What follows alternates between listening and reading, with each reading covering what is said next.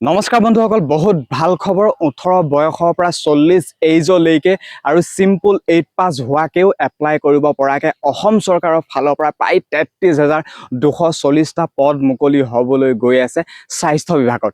বহুত ভাল খবৰ বন্ধুসকল, অসম চৰকাৰৰ স্বাস্থ্য বিভাগৰ ফালৰ পৰা এতিয়া নতুনকৈ তোমালোকৰ বাবে প্ৰায় 33,240টা পদ মুকলি কৰি দিব।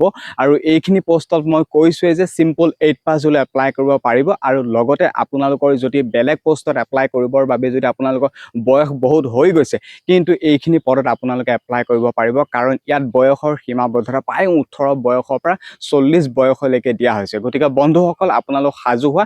এই ইণ্টাৰভিউ প্ৰক্ৰিয়াত অনলি তোমালোকৰ ৰিটেন এক্সামিনেশ্যন হ'ব। গতিকে ৰিটেন এক্সামিনেশ্যনৰ বাবে সাজু হোৱা।